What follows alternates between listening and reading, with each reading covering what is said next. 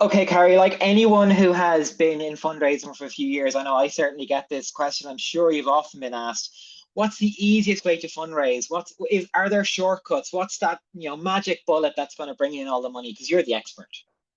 I tell you, the only answer is there is no easy way to fundraise. I hate to say that. I hate to be the bearer of bad news. There's just no such thing. So I think there's no such thing as a quick win. I think you can get lucky. I know we all need a bit of that sometimes. I know I do. You can just speak to the right person at the right time. You could have captured someone's imagination and they might happen to be wealthy. You might have just the best idea that year for your grant.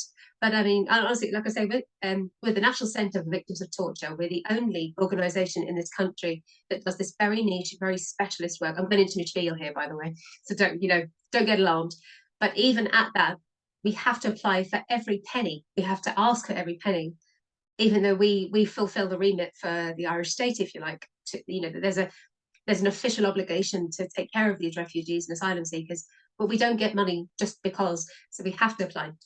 We are probably at the minute running on a really good run of like 60 or 70% success rate on say funding applications and small trust grants and stuff. At years it's been 50%, years it's been higher. It definitely doesn't mean just because you've got staff working on it and you're paid to do it that you have any more chance of success. In actual fact, some people would prefer, the cap grants at 10,000, and that is for a grassroots group. So the big ones like us, we don't even go after that money because we don't think it's fair. We might need 40,000 to pay a doctor to treat one of our patients. So that's how that works over 3 years. I think the easiest way to fundraise, or the best shortcuts you can take to raising money, I wish someone had told me this at the start, was have your story straight, get a couple of maybe even real life examples. If you're lucky enough and if you can, it's what was doable. A couple of good activists or good speakers, a couple of good public speakers from your group, if they are people who've used your service, all the better. We don't really have that either. Some charities or organisations just can't. But if someone, I've been in audiences and we've been part of some wonderful things where I've heard people who've come through the service and used the service speak so brilliantly. They don't have to be eloquent. It doesn't have to be complicated. It's authentic. It's authentic. It's from the heart, and you're like, oh no, that sounds like a really tough journey they've been on. And I can absolutely see that how if this service hadn't been there at that point of them pulling themselves, from a bad place or a community or a whole being rebuilt, I can see how this wouldn't have happened. And if you can demonstrate how if you were taken out of that loop, this process wouldn't have happened, I think that's very powerful. It's proof, isn't it? It's Yeah. proof that you were needed. And I think shortcuts to raising money is more, there's always just this direct path, isn't there? You can be brave about the ask. Mm-hmm. Sometimes we kind of pussyfoot around it, and it's a bit reluctant. My organisation was originally a faith-based organisation, and it's just not natural to be, chatting from the rooftops what you do, and to be confidently saying we deserve this money. You do have to even if you aren't naturally used to doing it, you have to put almost your poker face on, don't you? And say, oh yeah, we need 25,000, and you're thinking, oh, if I got two, I'd be delighted. But you have to sort of for a bit of bravado. We've all had those moments where you think this person's going to laugh me out the door, but actually, it's because you have to believe in yourself.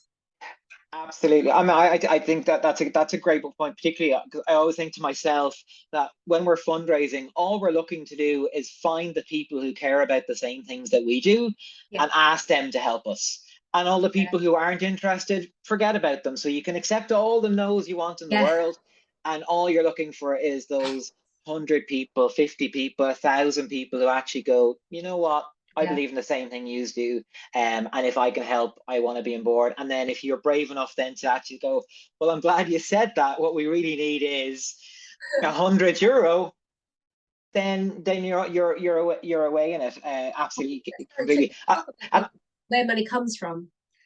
If you don't babysit or mind or take care of any other relationships when you're the one that's responsible for getting the money in or for looking for it, babysit and mind those relationships. So I have to juggle, we all have to juggle 50, 60 emails a day. The ones I will prioritize would be my donor, somebody that gives me £10 a month. and another funder, or someone who did give us a gift. I think that's more important. That's just as important. So someone might have given you a gift a while ago.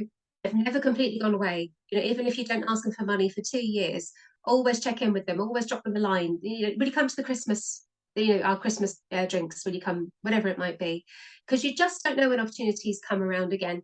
And in Ireland, in the Irish context, those opportunities, like philanthropists, very wealthy sort of celebrity people, even us charities can't get at them, and there's not many that exist. So it is lots of small, you know, donations, people, regular groups, businesses, that sort of thing. I mean, I think that that's a really good point. Because we often get asked, and I'm sure again you get asked all the time, you know, what's like the one great fundraising idea, or like what's that one, you know, social media hit that's going to work that for me? And I think you've hit it, you know, bang on the head there. You say it's not about the great idea, it's about being a really good fundraiser and have really Yeah. good donor care and doing all of the jobs properly all along, so that when that great idea hits, you're ready because you've looked after people, you have a great message in place, you have everything ready to go, and then you can capitalize on it. The magic idea is only the icing on top of the cake. Absolutely. Yeah. Absolutely agree. It's kind of they're once in a generation sort of hits, actually. You know, like I say, I'm 2 decades in fundraising. I'm in lots of groups around fundraising. I'm in loads of WhatsApp groups and we share some great ideas, mostly from 9 to 5 and the rest, Monday to Friday. We're just in the trenches. It's just, you know, it's working out budgets. It's trying to, it's going up to 5 websites to get the cheapest thing. It's constantly coming back to people, you know, refining your message a bit. And the other thing I have to do is speak to the therapists in my organisation, the teachers, the group leaders, find out what are the issues on the ground so that my information's up to date, because it's not an I'm not client facing, so I'm not Yeah. the podcast. And the other thing is, I suppose, one thing I really struggle with still is keeping up with like news, political news. Where are things being? Some people are just great at cutting through the mud with that stuff, aren't they? And they can see where money's going to go. I'm not the best at it by means, but the guy I work with, Robert King's our trust and grants officer, he has an interest in politics. Very good at reading the landscape. I'm a bit like, who's that one again? You know, no, there's just too much in my day to remember that, and it's not my. I have a sort of blind spot when it comes to politics. If I'm, I do think it's probably worth keeping an eye on the local politics at least, or where money, you know, might be left over. Yeah, yeah, that is a good. Particularly knowing whether it's an organization you're seeking money from or an Yeah, individual, knowing what their priorities are. So how absolutely. can your organization help them tick a box in their manifesto or in their objectives? If you can fulfill that, then you're already halfway there. Thanks a million, Carrie. You're very welcome. Thank you very much for having me.